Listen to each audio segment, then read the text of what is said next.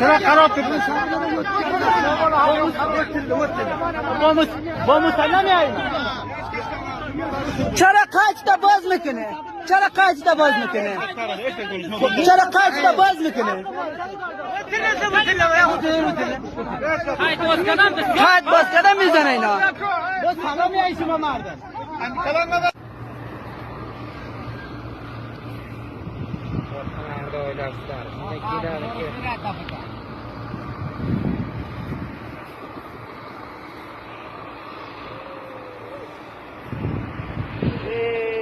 delegat çıktı valla.